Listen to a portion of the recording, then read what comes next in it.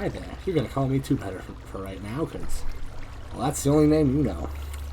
I'm sitting right here in New Hyphen's brand new reed farm, giving you a photo mode tour.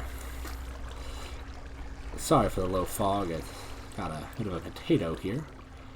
So, first up on the primary features of the New Hyphen's reed farm are the idyllic views you can see from the great windows. These views include a hole in the ground. Okay, if we're being serious, the reed farm is a basic design. It's based on one of Gyration's designs shown off in his automatic reed farming video. This that my cursor's pointing at here is a tower for water to fall down. Right in the back of it, on that hump at the very top, there's a sponge which is activated and deactivated by redstone. There's a little torch tower under there, and when that sponge is activated, as Jyration demonstrated in his video, you should really go watch it. I'll put a link to it in the description.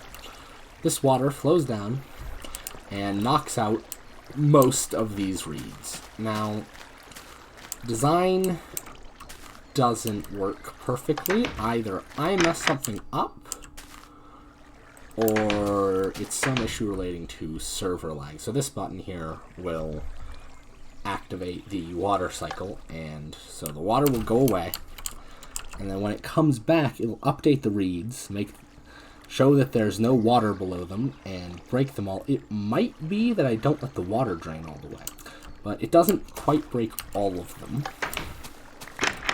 It's a pretty good amount, though, and the tiny bit that you have to hand break is so minuscule that I don't think it's that much of an issue. Now, you may notice that this farm has a bit of an issue in that you have to replant. I don't think I actually had to break any of these on this row. I could have just left the tops, but I think replanting is worth the convenience of not having to break all of the reeds yourself. It's a faster and less laggy process to just walk down the line replanting.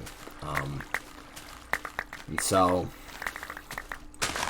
I'm working on a secondary aspect to design, which I don't think Gyration's original build had, which is a set of alternate water flows coming in, probably from the sides, so that I don't interfere with these water flows, that will knock out any excess reeds and push them all to the bottom, like a couple dungeon-based mob grinders that exist.